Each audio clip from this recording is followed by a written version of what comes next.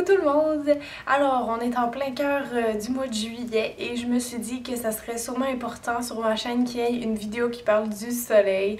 Je sais pas si la vidéo va avoir énormément de vues, je suis sûre que je l'espère, mais je sais que peut-être que ça va pas vous intéresser. Juste pour vous rassurer tout de suite, c'est pas une vidéo qui va juste chialer contre le soleil. Je vais pas juste vous chicaner, je veux surtout vous informer et même, comme je dis, je veux pas juste vous chicaner parce qu'à la fin, je parle de comment conserver votre bronzage plus longtemps. Vous savez, c'est sûr, je suis consciente des méfaits du soleil, mais comme à peu près tout le monde, j'aime ça avoir un petit teint un peu bronzé l'été.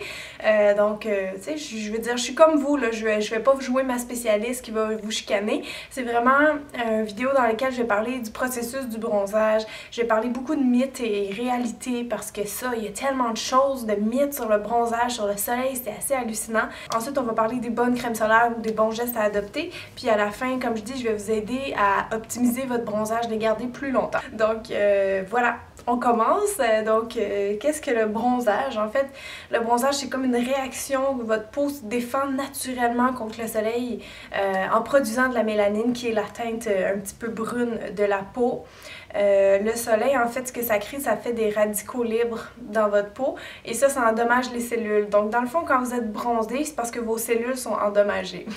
ça part rough un peu, mais c'est vraiment ça. Et évidemment, les radicaux libres, c'est pas bon parce que ça crée un vieillissement de la peau prématuré. C'est ce qui fait, entre autres, les rides. Et je voulais vous dire aussi la différence, il y a plusieurs types de rayons ultraviolets. Il y a les UVA, que ça, pour un truc, pour vous en rappeler, vous pouvez penser à A comme âge ou comme allergie. Et l'autre plus connu, c'est les UVB qui causent le bronzage et les brûlures. Vous avez les infrarouges aussi qui peuvent être néfastes, mais je ne vais pas aller plus loin sur le côté scientifique. On va y aller tout de suite dans les mythes et réalités. Première question, est-ce qu'on peut être accro au bronzage? Bonne question. Parce que vous voyez des gens qui sont vraiment, ils ont l'air d'être accro au bronzage parce qu'ils vont à chaque semaine ou sont toujours à la plage, ils sont vraiment, le teint vraiment foncé. Oui, on peut être accro au bronzage, moi c'est mon opinion, parce que non seulement, pas parce qu'on se trouve plus beau, pas juste parce qu'on se trouve plus beau bronzé, mais carrément parce que le bronzage ça libère des endorphines, comme quand on fait du sport, comme quand on fait plein d'autres choses. Donc, qui dit endorphine dit plaisir, dit on peut devenir addict. Donc, oui.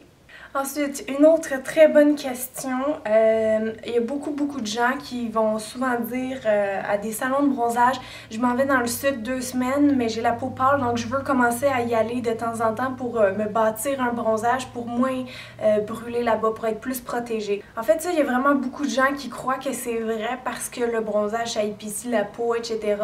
En fait, le bronzage ne va pas vous protéger plus des rayons UVA, donc qui peuvent causer une allergie ou vraiment vous faire vieillir prématurément. Comme votre peau épaissit un peu, c'est vrai que vous allez être peut-être moins porté à avoir des coups de soleil, mais ça vous rend pas quand même protégé contre les coups de soleil, contre le cancer et tout ce qui vient avec. Et juste pour info, un petit fait intéressant, quand vous êtes bronzé justement en cabine ou par le soleil naturellement, ça procure l'équivalent à votre peau d'un FPS 2 à 4. Donc vous voyez que c'est pas beaucoup d'avoir tout le temps un petit FPS sur nous, donc c'est important quand même de remettre la crème solaire.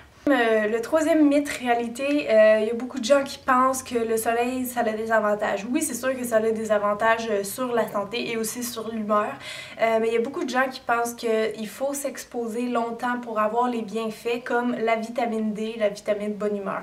En fait, vous avez juste besoin de 15 minutes dehors par jour avec les mains, le visage au soleil. Comme ça, vous allez absorber vraiment la vitamine D, même si vous avez une crème solaire.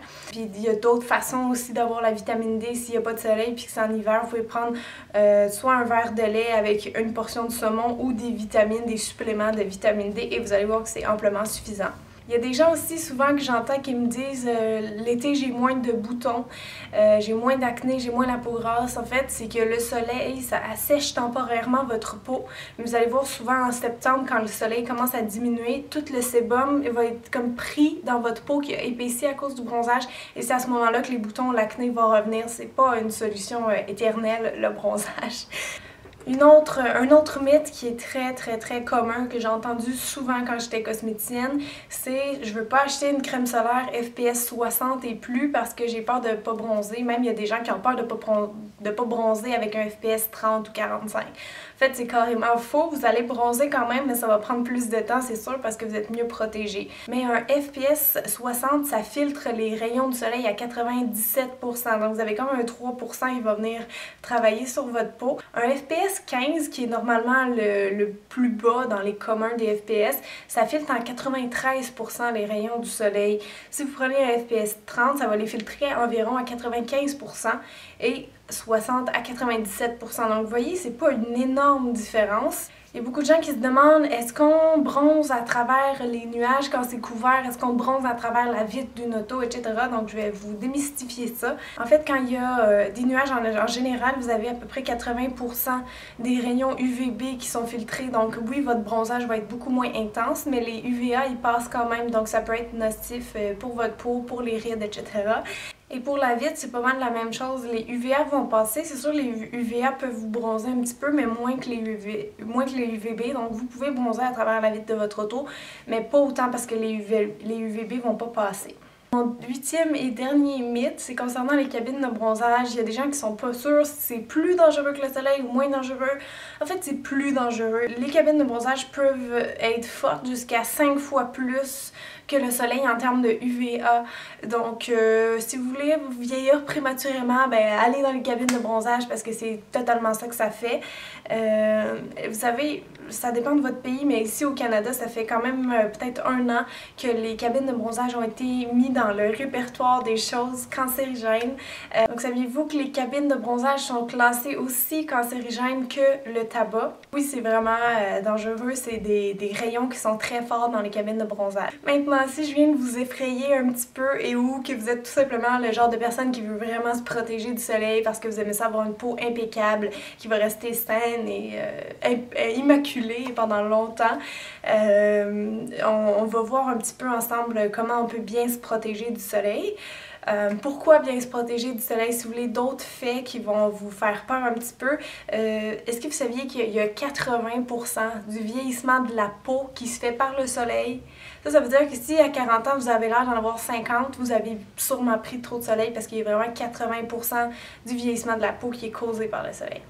Aussi, il y a des gens qui pensent que c'est pas trop grave, les coups de soleil, ça fait mal sur le cou, mais non, c'est dommageable à long terme parce que la peau, elle a une mémoire. Les coups de soleil, ça a un effet cumulatif sur votre santé, sur le cancer, etc. Donc, première chose pour bien se protéger, ça vous prend une bonne crème solaire qui va être reconnue évidemment par les associations. Vous avez les filtres qui vont absorber les rayons et vous avez aussi les écrans solaires qui vont refléter les rayons. Les deux sont très bons. À vous, ça n'a pas tellement d'importance selon moi, là. Normalement, le minimum qui est suggéré quand vous avez une peau assez normale, ça serait un FPS 30. En bas de ça, ils considèrent que ça peut être dangereux, que vous pouvez avoir le cancer quand même. Bon, il y a certains spécialistes qui vont dire que c'est plus de 45-60 pour tout le monde, là. Mais si vous avez la peau un peu plus foncée que moi, disons, avec un FPS 30, vous devriez être quand même bien protégé. L'autre chose importante qu'on oublie souvent de faire, moi-même que j'oublie de faire, c'est d'en réappliquer. C'est beau en mettre le matin, mais si vous allez vous baigner, vous avez beaucoup sué, il faut en réappliquer. Il faut en réappliquer aux 2 heures. Ça fait quand même beaucoup d'applications dans une journée, mais c'est la seule façon de vous protéger des coups de soleil. Aussi, une autre chose à faire attention, on bronze ou on brûle différemment dépendant de où on est. Par exemple, si je suis dans ma cour ou si je suis à la plage, je risque d'avoir un plus beau bronzage à la plage. Pourquoi? C'est parce qu'il faut penser que les rayons du soleil peuvent être reflétés par certaines choses. Par exemple, le pire cas, la neige. La neige peut refléter jusqu'à 80% des rayons du soleil. Donc, si vous êtes brûlé en ski, ben, vous saurez pourquoi. Vous avez le sable sec de la plage qui peut refléter jusqu'à 15% les rayons. C'est sûr que si vous êtes à la plage, vous pouvez apporter un parasol, un chandail blanc, une casquette, un chandail t-shirt à manches plus longues, etc. Ça dépend vraiment de votre niveau à vous, de comment vous savez que vous devez vous protéger, mais c'est d'autres trucs que je voulais vous donner parce que même si vous mettez un parasol à la plage, pensez que le sable il va refléter aussi en dessous du parasol où vous êtes. Aussi, il y a une autre chose qui peut être intéressante, c'est de connaître votre phototype. Ça, c'est un classement qui a été fait selon différents types de couleurs de peau, de yeux, de cheveux. Donc, ça va vous dire votre sensibilité au soleil. Moi, d'après moi, je devrais être un phototype 2 parce que naturellement, j'ai les cheveux bruns, un peu plus pâles que ça, mais j'ai quand même les cheveux bruns. J'ai les yeux bruns, mais j'ai le teint très pâle et j'ai tendance à brûler facilement au soleil et bronzer lentement. Donc ça, c'est souvent une caractéristique du phototype 2. J'ai aussi des taches de rousseur que souvent on retrouve plus dans le phototype 1, mais ça, c'est parce que je suis vraiment sensible au soleil. Donc je vais pas tout énumérer les phototypes, je pense que je vais juste vous laisser un lien d'un site que vous pouvez aller déterminer votre propre phototype, mais ça peut être intéressant de le savoir si vous voulez bien vous protéger. Et maintenant, la dernière partie et non la moindre pour les fans de bronzage, je vais vous donner quelques petits trucs si vous voulez intensifier votre bronzage. Là, ça a l'air un peu contradictoire parce que depuis tantôt, je vous dis que le soleil, c'est pas bon. C'est sûr que je réussirai jamais à convaincre personne de jamais aller au soleil puis de pas se bronzer. Moi aussi, je vais me faire bronzer des fois au soleil. C'est juste que, comme je dis, je pense qu'il faut juste faire attention, d'être assez vigilant. On n'est jamais assez vigilant, surtout quand c'est la première fois qu'on va au soleil. On a tout le temps un coup de soleil au début de l'été. Là, ça fait mal, ça fait mal. Fait que, mais pour les gens qui bronzent bien, qui n'ont pas tendance à faire des coups de soleil, la partie qui suit, c'est un peu plus pour vous. Si vous êtes vraiment du genre rousse, le teint super pâle, vous brûlez facilement, les conseils qui suivent, là, jugez par vous-même parce que ça peut être risqué, ok? Donc c'est sûr que pour avoir un beau bronzage, il existe des produits qui sont activateurs. Si vous avez la peau assez épaisse et que vous ne brûlez pas facilement au soleil, je vous les suggère. Ça peut se trouver en forme de crème, de gélule, de pilule qu'on prend. Il y a aussi beaucoup de gens que quand ils vont au soleil, ils vont mettre de l'huile. Toutes les huiles fonctionnent. La seule chose, c'est que ça fait un peu comme un poulet dans une poêle. Vous savez, quand vous faites cuire du poulet, là, ça devient comme brun, rose, ben votre peau va faire ça aussi. Ça fait vraiment comme si vous allez cuire au soleil. Donc ça bronze, mais ça bronze fort, ça brûle aussi. C'est sûr que l'huile de bébé, l'huile d'olive, ça peut aider à bronzer plus facilement, mais je vous dirais de pas trop en mettre aussi parce que ça dilue la crème solaire. Deuxièmement, il y a des fruits et des légumes qui contiennent des bêta-carotènes qui peuvent aider votre pigmentation.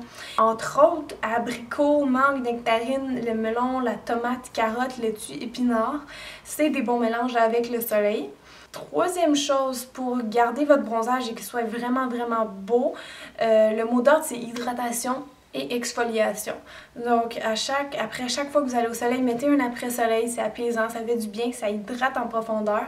Et vous allez maintenir votre bronzage comme ça à chaque jour en mettant une bonne crème qui pénètre facilement mais qui est très hydratante. Et si votre bronzage commence à partir, mettons à la rentrée, et que vous voulez le conserver, je vous suggère de prendre soit un hydratant après soleil qui va avoir un petit peu d'autobronzant dedans, par exemple ceux de Clarins, si je ne me trompe pas. Et sinon, vous allez tout simplement utiliser un autobronzant pour conserver votre beau teint plus longtemps. Donc voilà, c'était tout. C'était beaucoup de blabla, mais j'espère que ça vous a appris plein de choses. Si vous avez des questions, laissez-moi les en dessous. J'espère que je vais être capable de vous répondre. Merci tout le monde d'avoir écouté, de partager la vidéo. Je vous dis à très bientôt. Bye tout le monde!